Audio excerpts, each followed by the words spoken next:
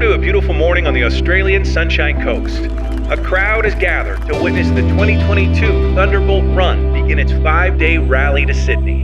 To see the community come together for such an important cause is spectacular. The event, founded by Vas Comblas, has raised $30,000 for the Beyond Blue mental health organization. And today, Councillor Joe Natoli and the local police force are supporting the charity event by closing the Esplanade for an impressive cavalcade of exotic cars.